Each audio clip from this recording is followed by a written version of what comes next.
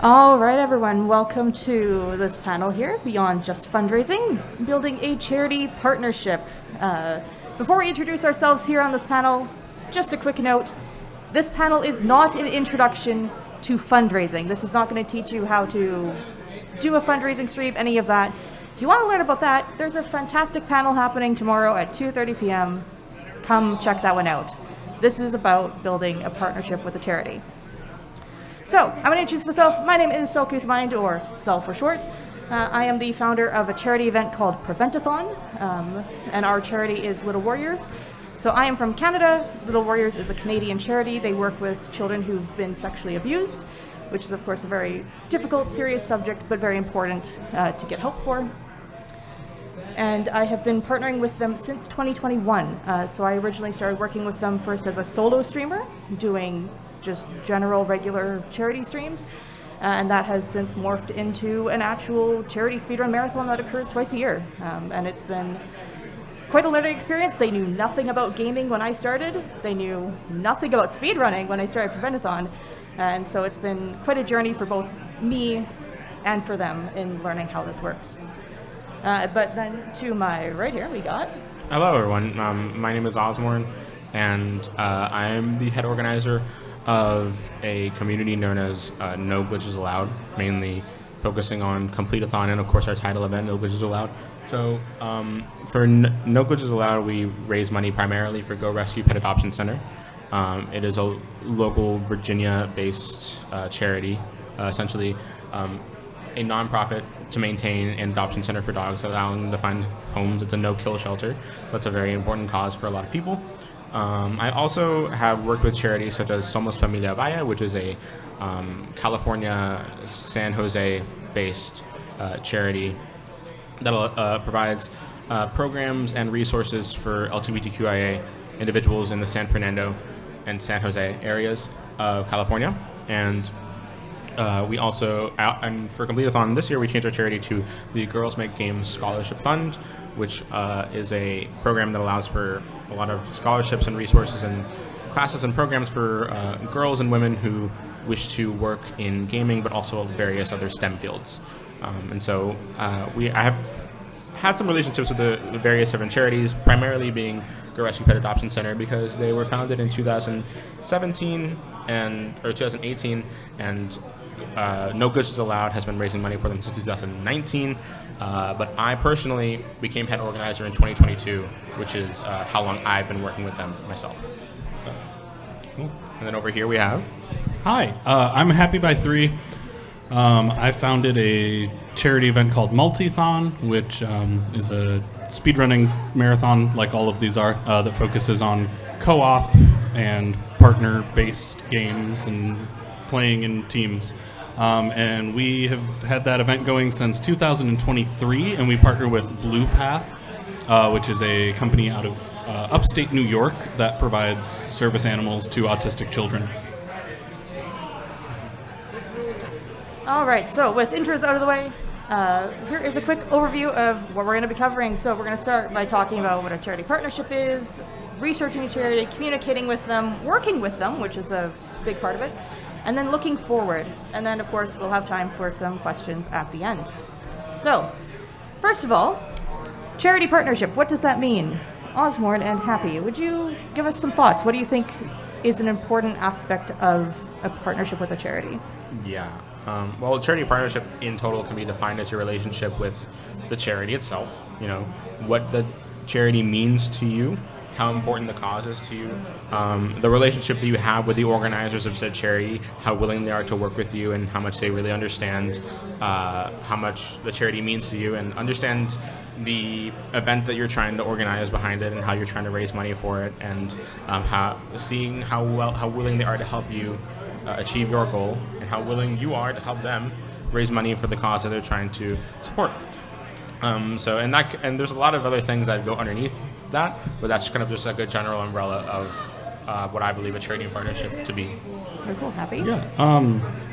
I think a lot of it too is about, like, it is a partnership. It is bi-directional, right? Like, obviously we are raising money to support our charity partners, but also no one is really going to come watch our events if we don't have a reason to have them. I mean, a little bit, but like for the most part, people come to support indie events because they want to like watch one of their friends play a game, and then they stick around because they care about supporting the charity, right? And so I think having a partnership that is like a charity that people can get behind and care about and want to be supportive of, and then that is in some way connected to the work you're doing in the event is also really helpful. But something that you're really passionate about and that is easy to, sell to folks on why you are passionate about it and why it's something they should be supporting, because there obviously are lots of metrics by which we can like gauge the success of an event, but ultimately like amount raised for charity partner is a pretty big metric we use to be like, hey, this weekend was pretty successful, we made this much money for charity. And that doesn't happen unless people feel driven to donate and feel that call to action. And that starts from creating a partnership where you are genuinely invested in that charity and genuinely connected to the work they're doing. Yeah, so I'm hearing from the two of you a lot about passion, connection. And so here is sort of an official definition I found online.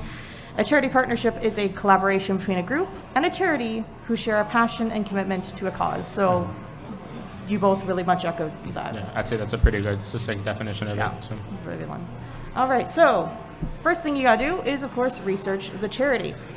So first up is find a charity with a cause you're passionate about. For me, I care a lot about children. I care a lot about mental health with kids. And so for me, connecting with Little Warriors was a no-brainer. And Happy, I know you've got connected. Yeah, until recently, I had a service animal. Like, I was an autistic kid with a service dog. So it was pretty intuitive for me to be like, I should help other autistic kids have service dogs. Those are pretty rad. So it was fairly intuitive to me. And also with Multithon, it was really easy to fit that with, like, the event itself, because the event is all about, like, co-op running and, like, games. If you are running a solo game, like a game with a helper character or like multiple characters, and all about like the power of friendship, for lack of a better way to say it. But it really is about like, supporting and helping each other. And so it seemed really intuitive to me to be like, let's raise money for a charity that like gets kids the +1 that they need to like, have a higher quality of daily life. And like sometimes the location of a charity can really matter. So for me as a Canadian, I love participating in smaller events. I love participating in bigger events as well. But so many of them are very like US based charities or sometimes just very international charities. And so for me, it was really cool to discover after I picked Little Warriors to discover that they're from Canada too, because there's an even deeper personal connection for me just because we don't get to see a lot of Canadian charities at these events. And so it's just kind of cool. Yeah. So some things to consider when you're looking for a charity. And I can say kind of the same thing for the events that I've been working for, where it's like a lot of people find the appeal in having a charity that like has a lot of coverage. And so a lot of people are asking, is this charity based in Canada and America? Like, is it a worldwide charity? Me personally, I actually think that benefiting charities in like local organizations is something that I really care about. Like, Go Rescue Pet Adoption Center is based in Virginia. Like, they're a very local charity. It was a very small charity. It was originally picked out because it was like, we want to support like a small group of people trying to really fight for a specific cause, and that's a good one. The Girls Make Games Scholarship Fund was just one that Stella mentioned to me in passing, and it was a cause that I really cared about. Or the Somos Familia Valle, being a community that helps with queer, Hispanic, and Latino people, was something that spoke to me as a queer Hispanic myself. And so that's just something that really helped me and connect to the charity itself. Especially if you're part of the marginalized group that the charity is trying to help. That's something that can definitely motivate you a lot. All right, so another thing to pay attention to when you're picking a charity is, do they have requirements for fundraisers? There are some charities I've looked at and considered for things, and they just won't participate in online events. If you're willing to do something in person, great. but they don't provide support for something online. So if a charity has a website, this is your best friend. Take a look at that, figure it out. We're also going to get to that. We're going to talk about communicating with them. We'll get into that a bit further. But another thing to note is, how does the charity take support? Are they on Tiltify? Are they in Twitch's charity tool? Those are really nice, handy resources, but sometimes they have a direct donation link. This can be great if you want to use, say, like the GDQ donation tracker. That's great. Maybe all donations have to go through a PayPal system for them. That can be more complex for the individual, but it's an option. Or is it a charity that wants non-monetary things, such as physical goods? I know, for example, Oz with Go Rescue, they want sometimes like donations of like pet food and stuff. Yeah, pet food, like stuff, cleaning supplies. Sometimes they accept furniture, like literal furniture, like pet beds, anything that can help pets and stuff like that, or just general maintenance for their facilities or their headquarters that they use to help all these dogs in the shelter. So anything that can go towards the dogs, or it can go towards the maintenance of facilities, so just general cleaning supplies or home supplies, something like that. So they accept physical things along with the money to afford those physical things. But of course, if you're dealing with something that's non-monetary, it gets harder if it's not local to you, right? As someone up in Canada, if I wanted to do something that was physical for a charity in the US, I'm going to have some trouble doing that. So do your research, find out what kind of support the charity wants in your consideration of whether you want to be partners with them. And now, Osborne. Yeah, communicating with charity. So building a partnership, as it says on the screen, does require a lot of communication. Now, you can just like select the charity on Tiltify and be like, this is what we're raising money for, and leave it at that. But that's not really a great way to go about it, only because you will benefit a lot from communicating with a charity and having a relationship with them. Usually people have like dedicated spokespersons for charities, or you can just reach out to them and see who responds if they don't have that information listed on like a website, right? They might have dedicated emails for it, or you can just email the charity as a whole. For example, Somos Familia Valle, I had to email a general email that they had on their website in order for communication, and the head organizer of the charity reached back to me, and so we could collaborate on stuff like interviews, how many interviews they want, how many people kind of want to come and represent the charity itself during the marathon. And so there's a lot of different benefits that you can get through communicating with a charity. Also, you're going to need stuff like blurbs for the charities to like for their hosts to say. You're going to want like logos and symbols and art that you can use for promoting the charity and promoting your event.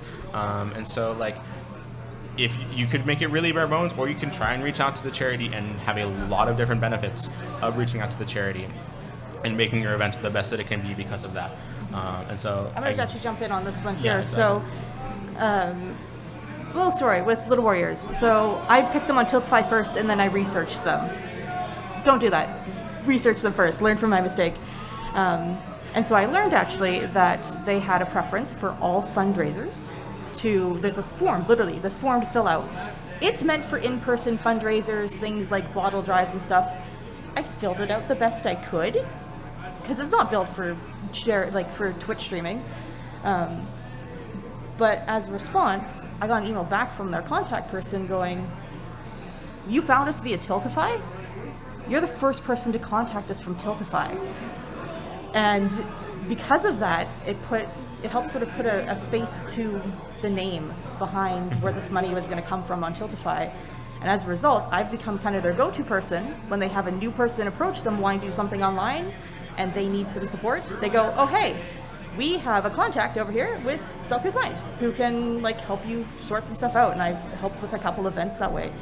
And so reaching out puts a name to a face for them and gives you also a name to put behind, just rather than just like Little Warriors. I know, oh hey, I go email Shannon, who's their charity contact. I have a direct connection to someone.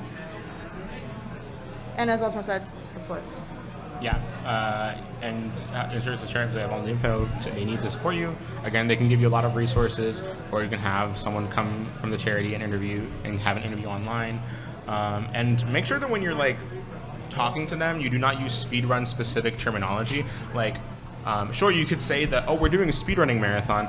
If they don't know what speedrunning is or what a marathon is in that context, they're not really going to understand what it is that you're doing.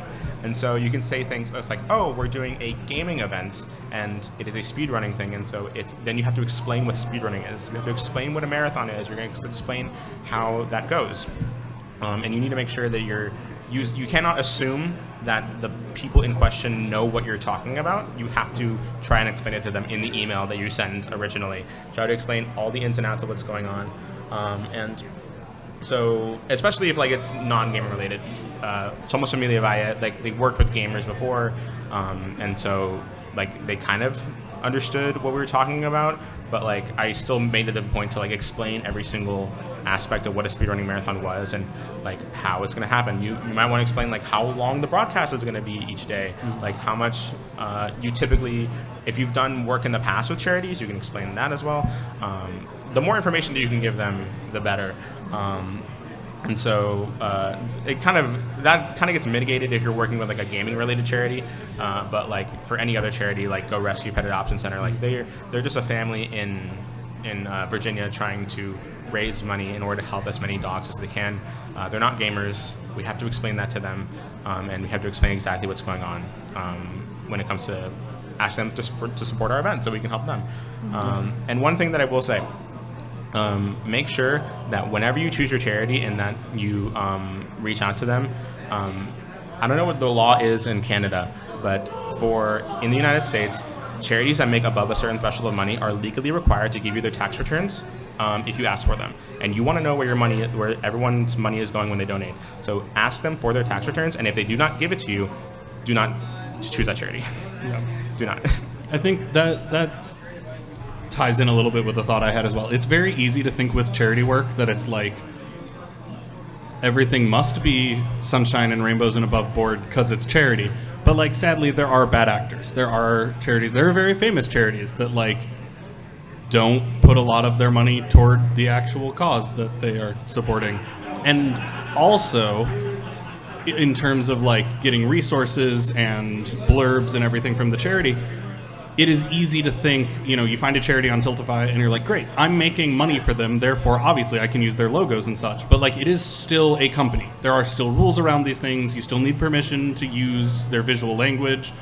And a lot of charities have really strict standards on how to use their logo and where you can and can't use it. And so like the only way to get all of that stuff correct is to have this connection and either get the things directly from them or be able to send them drafts of blurbs for them to look at and, give feedback.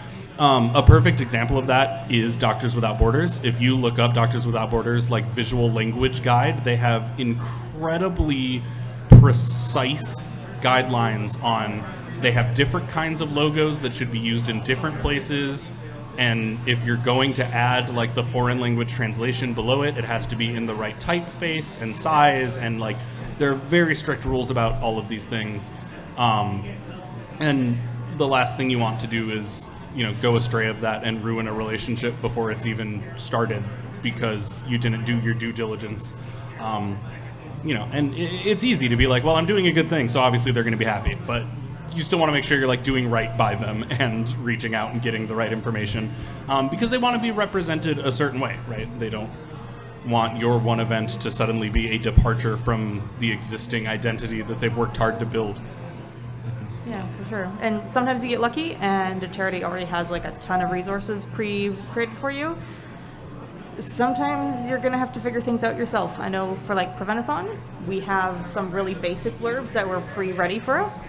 But for some other things, we've had to write them and figure them out. And fortunately, we have a good relationship with them. We've been able to sort of confirm, but it comes down to we have the relationship, we can talk to them, and they're comfortable with us just taking stuff off the website and creating our own blurbs from it. What are the what are the charity rules with like tax returns and tax laws in Canada? I am not familiar. I imagine it would be similar to the U.S. That you can probably request them, but I don't know for sure. All right, working with the charity. This is the fun part, if a little bit scary sometimes. So, interviewing charity staff, happy. Yeah. This is something that I think has been really, really special about Multithon is like we've been able to not only have interviews with the staff of Blue Path, but also at our last event we had the parent of a child who was recently paired with an animal from Blue Path do an interview with us, and so we were able to hear like firsthand accounts of like exactly how this has like helped this particular child, and like hear directly how it's like changed this family's life directly from the work that we're doing and the money raised through this event. And I think that's incredibly valuable for community members and people watching who may be considering donating to be able to see that like human face attached with the charity, right? I mean, it's one thing to be theoretically behind a charity's mission and be like, yeah, that seems really great that they like have a dog shelter, sure. But it's a different thing entirely to actually interact with the founder of Go Rescue and like hear them talk about their story and their journey and like why they started and the work they do and what a daily, like what the day-to-day looks like at the center. And like those are the things that really push people to be invested and willing to make a monetary investment in that charity partner. Yeah, for sure. And don't be like me. Plan ahead when you do interviews. I have lost a couple of interview opportunities with Little Warriors just because I asked too late in my early days. So plan ahead, give them lots of warning because they're also busy people. Yeah, and there's like different ways you can go about interviews. I know that you've done pre-recorded interviews that you can just like play. You can just schedule a certain time during the marathon to just play them on stream. Me personally, I pretty much always do my interviews live if I can help it. Like being able to have the director of a specific charity or representative of a specific charity come in and talk to the audience or talk to me just an interview style live while the marathon is happening. It has a very nice effect. It's not necessary though. Like if schedules can't work out and you're just like, well, we can pre-record this and have it display on stream, that also works too. But me personally, I always prefer live stuff if I can help it. But it's always dependent on the situation and the scheduling for each person. So yeah, sure. And a little bit's personal preference. I just prefer pre-recorded. Just I think it makes it easier just for everyone involved. But ups and downs for both. All right, charity-specific requests. Sometimes charities have very specific requirements, so this can be anywhere from like how graphics are displayed to who can even participate in the event. So for example, we discovered that Little Warriors has a policy that individuals who are convicted sex offenders cannot be involved in any way, which makes sense when you think about the charity. But that was a very complicated policy for us to have to then figure out, well, how do we as a charity handle that without asking everyone that question, because that's a really kind of odd question to ask. It's not on the standard runner intake form. It really isn't. Events. And so we've gotten around that by improving our vetting systems and some of these different things. But in order to maintain that partnership with them, we must honor and respect that policy. And sometimes it can be content restrictions. I know some charities, I think of, for example, Malala Fund, which is one of the charities that Fatales has been working with for forever, has some restrictions around like portrayals of violence in certain forms. They're just not allowed. And so Little Warriors has Little Warriors as well has content restrictions. Like you can't have harm to a child of any kind on the screen. Children can't be harmed, no sexual content, stuff like that. Go Rescue also has content restrictions. The content restriction is essentially there cannot be any harm to animals on stream. So like if you're playing a game and an animal dies in the plot of the game and that's very clear on screen, then that is a game that we cannot accept into our marathon. Even if it's in a speedrun context, even if it's like a marathon context, if the dog dies, we cannot have it. And so that's a specific situation that we encounter a lot less than with Little Warriors, but that's just another example of how content restrictions can affect how you judge runs in your marathon. So. And I think it's important to remember, to that end, like, we are doing work in service of the charity, right? And so, like, I know a lot of these things can seem pretty like, oh, you would have to deny a run because of that, or you might have to whatever. But, like, at the end of the day, like, the charity is what matters.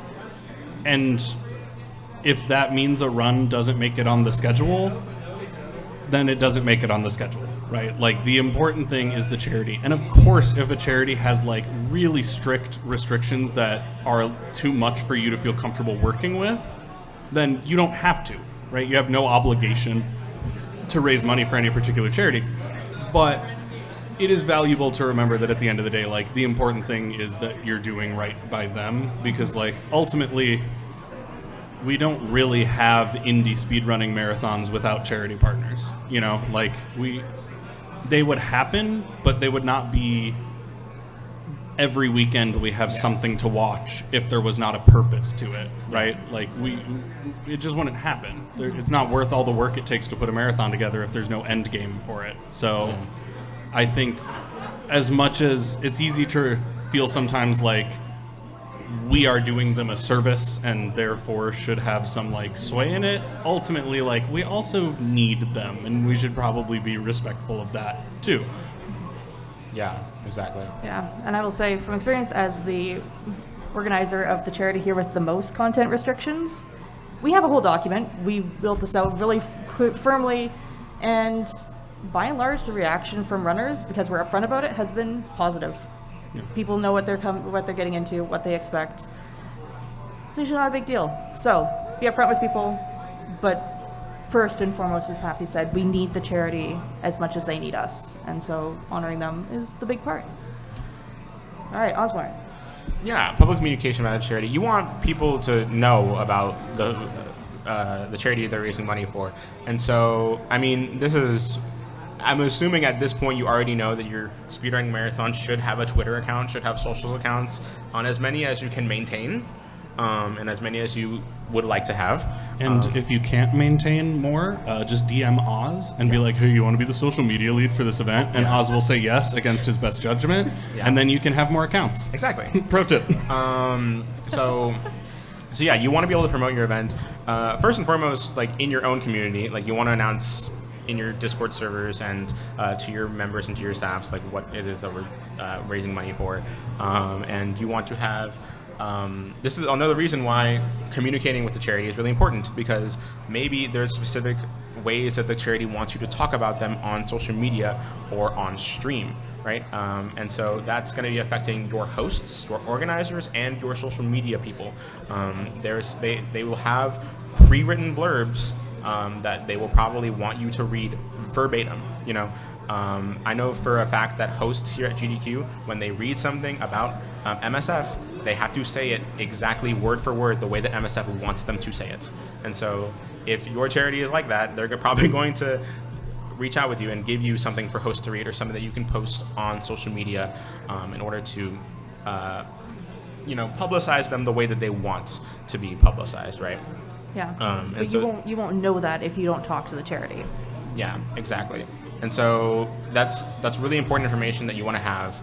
And so that's stuff on social media, stuff for hosting, because you also want to be promoting the charity as the event is happening. You know, there's a reason that hosts here at GDQ remind you to donate every 5 minutes, because, you know, they want to promote the charity and they want to raise as much money for them as possible. You have to make sure that people know about it ahead of time, and that you're promoting it leading up to the event, and of course during the event itself. There's a lot of different facets that go into communication, and that's why you need a good host lead, a good social media lead, and good people that work in those environments and work in those departments, so that they can promote the charity as much as possible, both leading up to the event, during the event, and after the event. Yeah. All right. So you've done your event. Hopefully it went well. Let's assume that it went well. You want to work with the charity again in the future. Here's some tips from just my experience to make this a smoother thing, because of course all partnerships start with one event and then hopefully grow into more. Send a follow-up thank you note to the charity. Like, just thank them for their support, thank them for like all of the help that they've done before. If someone joined you for an interview, you just thank them for supplying someone, right? That was someone from the charity, and sometimes these people are not paid staff. These are volunteers sometimes who are taking time to do this. Just a good general thank you email. It does wonders. And as well, if you gather feedback from viewers, or if you've heard things from viewers and they say like, hey, I really love this charity or really resonated with me, let them know that people enjoyed it, that they liked the charity, that they liked the cause, they were happy to support it, because that helps them too, because they like to know that people care. And that's something like I've just heard from various charities, not just Little Warriors. Sometimes it feels like they don't always hear the positives. It's sort of, they get so focused on just doing this stuff and they don't get feedback in return. And so it can be very nice for us to just give them a little bit of that, and it makes them want to work with you more in the future. And it solves problems. For example, after the last Preventathon, which was about a month ago, the charity emailed me and was like, hey, we are $500 less than the total you announced on social media at the end of the day. And we had to sort out like what happened on Tiltify. It was a simple problem. It was all good. They got all the money. But because we had that positive pre-built relationship, we were good to go. So again, communicate, talk to them. They are ultimately your best friend if you want to build this partnership. I also really like communicating throughout the event. I love just sending an email if you hit a milestone. Like, it's very exciting and it's cool to see. Like, I'm pretty close with Michelle at Blue Path, who now is the CEO of Blue Path. She was the like charity like outreach lead, and she just got promoted. And I mean, for that, I sent her an email and I was like, congrats on your new job. And like, you know, we just talk now. But like during the event, just sending like a, hey, we just broke 3K, we just broke 4K, and keeping them like abreast of the progress you're making and like what goals you're pushing toward, I think makes them, it's really helpful in making it feel like a real thing to people outside of our community, who even after you've walked them through it and gotten permission to like support them through your event, it's still a freaking weird thing that we do, right? Like, it's easy to feel legitimized when we're all at GDQ and we're like, look how legit this is. We have a whole hotel and we've raised hundreds of thousands of, but like, it's a weird thing that we do. And like, it's good, I think, to be aware of that. And if you just are like, great, we're charity partners now, see on the other side of the event, it can feel very amorphous to them, and I think fears can crop up of like, okay, when am I going to hear back from this person and like get the money that we supposedly are getting? And I think it really helps quell those fears to keep them in the loop throughout and be like, hey, it's starting this day, it really is happening, here's where we're at the end of day one. Like, it makes it concrete when ultimately the core concept of this is not very concrete. It's just kind of a thing we all made up and ran with. Yeah. And also, I will say, now, I meant to say this earlier, but I forgot to. I'm sure that Happy and Cell do as well. I have connections to people who work at Tiltify, and some of them have connections to people who are in the some of them are in the speedrunning community themselves. There are people here in this building who work for Tiltify if you want to get into contact with them, they will happily help you like promote your event. And like, people at Tiltify will like retweet stuff you have on Twitter and retweet some promotion that you have for the event. And so like, they will help you make the marathon the best that you can be and help raise money for your event. Even if you're working through Tiltify, reach out to me at Osmorn on Discord, on Twitter. My email is osmorn@gmail.com. Literally any social media, just type in Osmorn, that's me. I can get you in contact with people that work at Tiltify, and they can gladly help work with you and make sure that your event and the charity is promoted, assuming that you're working through Tiltify, of course. So. That's another kind of partnership right there. Two things we didn't quite cover yet before we go to Q&A that I think are really important. One, if your charity's not on Tiltify, they can join, right? Like, Tiltify is not restricted to charities that are on it. When we were working with Blue Path, they didn't have an account yet, and so I was just like, hey, we can donate however works best for you, but here's this tool that we tend to use for this type of event. if you sign up for an account, we can just use this tool and it's all pretty easy. And like 12 hours later, they emailed me back and were like, great, here's our link, right? Like Tiltify is very user-friendly to the charity, very easy to get set up with. So don't be afraid of just being like, hey, if it's all right with y'all, this would be easier for us, right? Like that partnership can still go both ways. They may have a preference of how you donate, but that doesn't mean you have to say like, okay, I'll, change all of our back-end tech infrastructure to fit this other donation tracker for you. Like, just ask. I promise people won't be mad when you ask questions. And 2, ask them if there are any donation incentives built into the charity. This is something that's been massive for Multithon, because BluePath already had something set up where if you raise $5,000 either through an event or as an individual donor, a $5,000 one-time donation to BluePath allows you to name a puppy. And so both Multithon events, we've been able to vote as a community to name a puppy. And I guarantee we would not have broken the $5,000 barrier unless there was a puppy attached, right? Like, we obviously set up incentives for games and bid wars, and like we try to drive donations through game-specific things.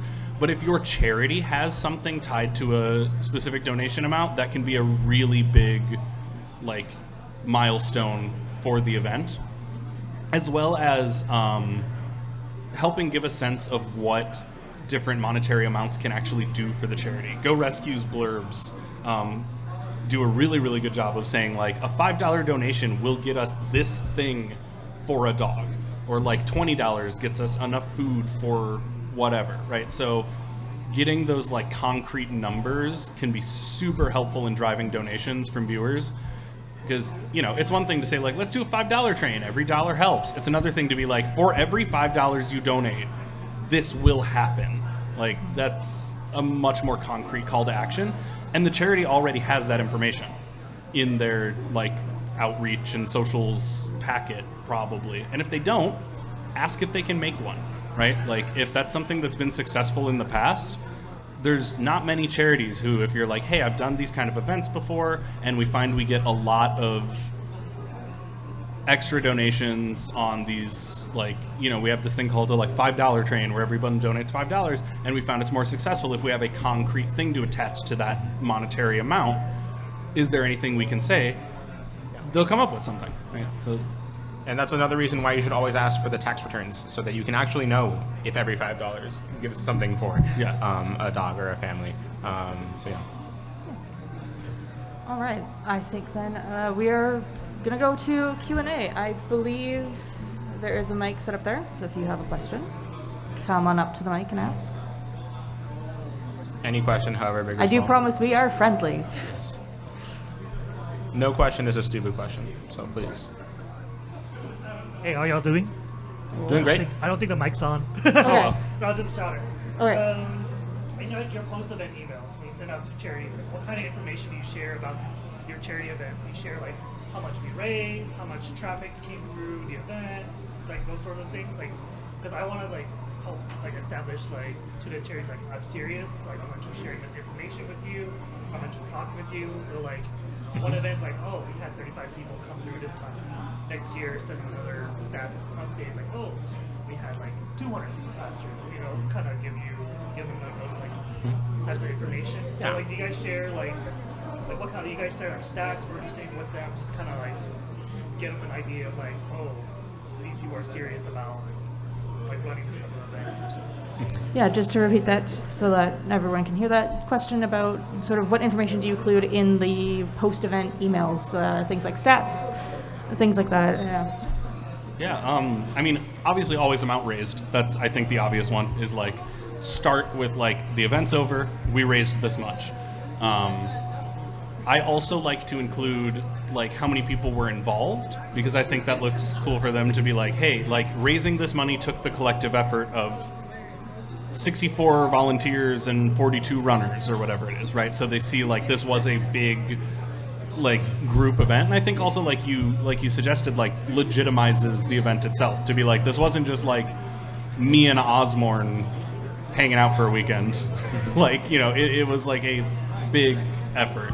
And then I also do like to include stats on like viewership and people who came through to be like, we had X number of people introduced to the charity, unique viewers, basically. So this is kind of the big three for me, is like what we raised, how many people were involved in what capacity, and like unique viewership over the course of the event. Yeah. And if you want, speaking of viewership, this is kind of like an aside, but like if you want like good numbers, speedrun.com, that you can reach out to them like through email, and they have a ticket system where you can request front page time, and so that will attract more people to your charity and your stream. And I guess I could also go under like promotion of the charity, promotion of the stream itself. They have a really nice ticket system, and I can almost guarantee you that you will have some time on speedrun.com. Every time that I've been able to like request speedrun.com time, it usually, if another person has requested that time, they will just split it up between you and whoever else is there. But you are almost guaranteed every single time, unless literally GDQ is happening, then you are guaranteed like some amount of screen time for your broadcast. Yeah, I will also say. Go ahead. I was just going to say, as a good rule of thumb, if GDQ is happening, just reschedule your event, maybe. I would also say it kind of depends on your charity. So, like, initially with Little Warriors, when I was doing the, like, just stuff on my own channel, I was offering them, like, a whole lot more of, like, here's all the stats, and here's, like, viewership, and how many days I streamed, and, like, and I learned very quickly that they're not interested. Like, they are not gamers. It's mostly run by a bunch of middle-aged women who have no connection to gaming. They just think it's kind of cool that I'm so passionate about them, and they think it's a little weird that I'm doing it while gaming, but, they can tell that I'm passionate about it. So for them, my emails are basically just, here's how many days it was, here's event total. This past event we had another language restream, so I just shared with them like that went well, and the viewers from that restream were really enjoying it. They also connected with the charity. But I know that because I've worked with them for so many years that I know they don't want a bunch of stats. They just kind of want the bare bones. Thank you. Yeah, absolutely. Thank you. And a little expanding on that, I think a good kind of rule of thumb to consider is just like, what numbers does the charity probably care about in terms of what can they use promotionally, right? Like, it's not necessarily super valuable to them if you're like, the stream went for 8 hours a day for 4 days, so we were streaming for however many hours that is. Like, sure, how are they going to use that in promotional materials, right? But like, a team of over 100 volunteers raised $5,000 for us this weekend. Has a clear value proposition they can send to stakeholders. Not to sound too much like I work in the corporate world in my day job, but it gives them a clear thing they can send to people to improve their other relationships through that. Yeah, and like being able to know like how many unique donors there are, or how many viewers there are. They want to know how many people actually saw the stream and how many people like were able to donate or like put their eyes onto the charity. Like that's information that's valuable to them. But like, as Happy and Cell said, like when it comes to like stream statistics, how long they were streaming, stuff like that, it's good for us to know, but it's not really good for the charity to know. We are working toward the same goal, but the things we care about on the way are not always the same. Yeah, great question. Any others? Don't be shy.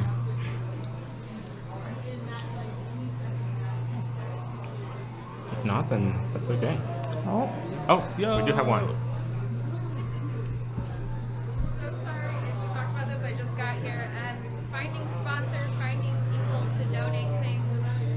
Have you talked about that at all in this? Apologies if you have. Sponsorships. Okay, we have not talked about that. Okay, this is a tricky one, and this can get into legal stuff. I am going to ask you to clarify what you mean by sponsorships, because there's a lot of different types of sponsorships. Folks who might donate for promotion, or folks who might just donate prizes for local businesses. It's like I raise money for the shelter in the city. Okay. And All right. So stuff like prizes and stuff. Okay, there's a lot of legal stuff behind that. If you're going to be offering prizes at your event, please research your local prize laws. This is very important. I've made mistakes. This is why I say it's very important. Do it. My recommendation is when you're starting out, focus on building a relationship with the charity before you start bringing in extra sponsors. If the charity itself wants to offer, say, I don't know, if there's a charity that has merch, for example, and they want to offer something like that, maybe consider that. That might work. But yeah, I think the number one thing is legal. Yeah. Figure that out first. I think it's, when starting out, I would like stick with prizes at first, because like it's much easier for you to like make an announcement being like, hey, people can submit prizes at this account, or like email us to submit prizes and stuff like that. Or you can even do that with like your own staff. Like if anyone on your staff has prizes that they would like to put up for bids, it's like, in my experience, it's kind of difficult for smaller events to like reach out to like big companies or like games to like promote games or do sponsorships. Like that's much more difficult and something that companies would typically reserve for like larger size organizations. Not to say that it's impossible, but like for practicality, if you want to like start out with sponsorships and stuff, it would be easier to like do prize related stuff, because the extent of that is like people submit their prizes and then making sure that that prize gets sent to the people who win them. Yeah, it's funny because like they each have their own problem. They're both worth the work for sure, and highly recommend if you have the extra time to do it. Like, it's super valuable. I think the thing is, prizes, like Sel kind of mentioned, take less legwork on your end. Or was that us? One of you said it. Who cares? You're both wonderful. Whoever said it was right, because it's these two. Prizes take a little less work on your end in terms of getting them set up, because you can just tweet and be like, we're going to do prizes for the next event. If you want to donate like a handmade something, here's an address you can send it to, or a form to fill out to let us know, and then people send them to you, right? So that like the work goes on to the like creators of the prizes more so than you. But then you have to do back-end work to make sure you're following all the laws, because there are rules. I mean, you'll notice for GDQ, it says like $25 minimum donation, asterisks, donation not required to win, right? Like there are clear laws about like, you cannot require somebody to donate in order to have a chance at a thing. There has to be an online form where people can go and sign up for free. And like rarely do people actually do that, but it has to be available to them because that's the law. So if you are comfortable doing that back-end work and that research and making sure you set it up, to answer the core question, I think the best way to reach out about prizes is social media, because there are so many unbelievably talented creators and artists in our community who are stoked to crochet something, paint something, draw something, and send it in to help with an event. Yeah, and you can also do games as prizes as well. If you have like a physical game that you want to hand out, you can. Or if I've also worked with people where it's just like you can go into contact with like I know that Sel and I work really well with like indie game developers. You can reach out to like an indie game developer and ask them, would you feel comfortable and ask them, would you like to have Steam keys for your game as prizes for this event? And a lot of the times they'll say yeah. So like that's something that you can reach out and do. Nobody purchases more indie games than speedrunners, and that just sort of makes sense for an indie dev. It's like, hey, we'll put the logo of your new game up during our stream in front of a bunch of people who buy indie games. Like, and indie devs are very generous. I run a game called Superliminal, and I emailed the devs being like, hey, would you like to offer prizes, like Steam keys for the game as prizes for this event? And I expected like 3. They gave me 50 Steam keys. Oz is still swimming in Superliminal Steam keys. If you want Superliminal, please God. There's too many. I was going to say that. So the opposite thing I think kind of happens with reaching out about sponsorships, because that becomes more front-end work. Once a sponsorship is locked in, there's not as many like laws about it, right? It's essentially on the company to make sure they're following the laws about how to file that as a donation and get their tax deductions and everything. But like, that's not your job. You just have to tell them what tax deductible organization their donation is going towards, and they can do the rest. But it takes a lot of front end work because you do need to reach out to those people, right? So there's a bunch of like just finding potential sponsors and sending those cold emails and saying, you know, hey, do you want to offer some Steam keys? Do you have anything you'd be willing to send us that we could use as a prize? Do you want to make a donation in order to have an advertisement read by our hosts or played in between games or whatever it is, right? So like that takes a lot of upfront back and forth to set up what their expectations are, what you can do for them, and how much they will provide in return. But once it's set up, like all the legal crap is their problem. Yeah. So it's really like which monster do you want to slay and which one do you want to make the other person deal with. I think I would say about sponsorships as well is just going back to the charity. Are they going to be comfortable with it, right? Making sure that the charity is going to be cool with who the sponsor is. You don't want to take a sponsor that's like counter to the work that the charity does. I should hope that's basic logic, but Yeah, that's like that one time Oz tried to get a sponsorship from wehatedogs.org. That was rough. That was a weird week. That was between us. Come on. But yeah, like that's another thing. And as well with sponsorships, having been staff of an event that had a little bit of that, being financially transparent with your community about the stuff is also like important, and making sure you are tracking that money. If you're not comfortable with tracking that money, don't take a sponsorship, because it can get complicated, and this is how you can end up with some of the scandals that we've seen for some events where, oh hey, this money didn't go where we thought it went. So And also it might put a bit more pressure on like hosts and social media, because sometimes, like I know for a fact that like when hosts here at GDQ, like whenever the Yeti donates something, their directions are to read it out immediately. So like you're gonna have to have some pressure with that sometimes. But those are the things that ideally should be manageable in comparison to a lot of other stuff that you have to deal with. So Yeah.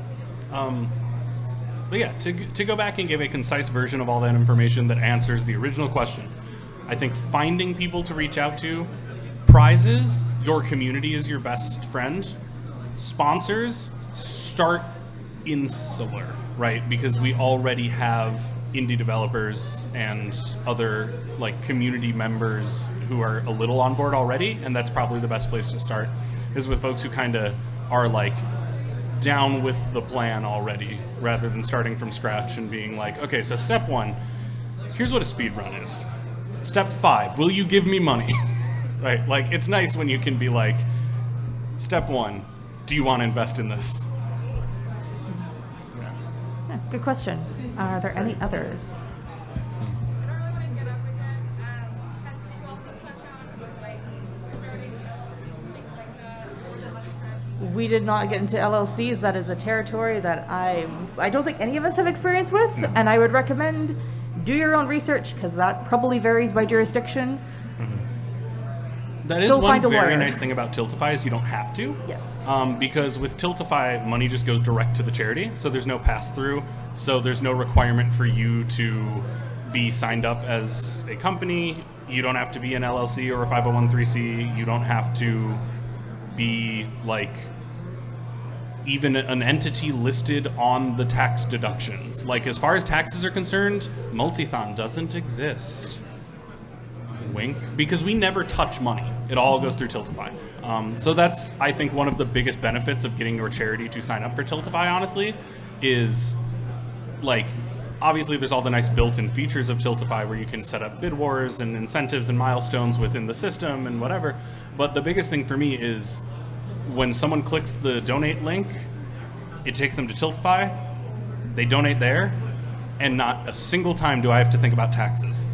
And I have a cool rule that I think about taxes once per year, and I'm keeping that going as long as I can. Yes, please, please, please, please do not ever let the money going to the charity go through your own account first. That is bad idea. I've seen it go badly. Do not do that. Only exception is if you have a runner doing something like crowd control. Like, we had a crowd control at Multithon. The only way to get that money in, because of the way things work, was to have those donations go directly to the runner through crowd control, and then the runner donated the total afterwards. what is the word I'm looking for? My brain landed on porous, and that's wrong. Transparent. Be transparent about that with the community, right? As soon as we realize that's the decision we had to land on and how we had to handle it, toss something in announcements and be like, hey, here's what's happening, and then make sure hosts are talking about it, make sure it's in the chat, so people know if you donate to crowd control right now, it will go to the charity, but there is a pass-through.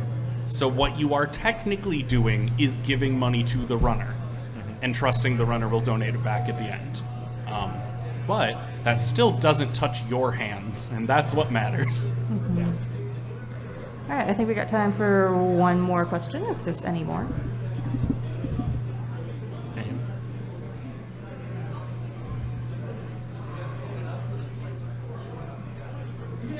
If not, we will all be around this event.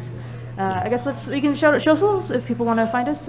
You can find me on Discord at Selkoothmind, or you can send me an email, theselkoothmind@gmail.com. I'm on socials. You can find me different places.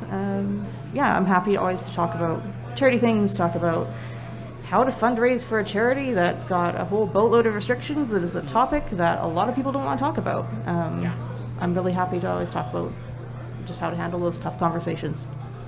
Yeah, I'm Osborne. Osborne@gmail.com is my Gmail. Again, like I said, I will happily get you in contact with people at Tiltify. Some of them are in this very building, and I will let you know who they are. And so Tiltify will happily work with you and communicate with you on your event. But with that being said, I'm also Osborne on Twitter, on Instagram, TikTok. I don't really post on TikTok, but you want to communicate with me through there, you can. I'm Osborne on all social medias, so reach out to me if you want to know more about event production and charity partnership, etc., etc. And any and all things speedrunning marathon related, really. Okay. Yeah, I'm Happy by 3 pretty much everywhere, except Twitter, because I can't get into the Happy by 3 account. I do own it, but I can't get into it anymore. So on Twitter, I'm Bosch Likes Books, BOSCH Likes Books, because that used to be my last name. And yeah, I mean, to echo what Oz said, like any of those platforms, I check frequently enough that you should feel free to reach out. If there's an event you're interested in starting, or if you have an event and you want to switch charity partners, like any questions about putting together small indie marathons, we're at the point now where if it's not a GDQ weekend, it's probably a volunteer for a smaller event weekend for all three of us. Like that's just what we do with our weekends. Yeah. So we have made every mistake. God, hopefully. I'd be so happy if I don't make any new ones. But like we've made all the mistakes and we've done all the things, and we are very, very happy to share that information if you ever have questions, because the more events the community has that are successful, I think the better for everybody. Yeah, so thank you for coming, and good luck with your charity partnerships. All right.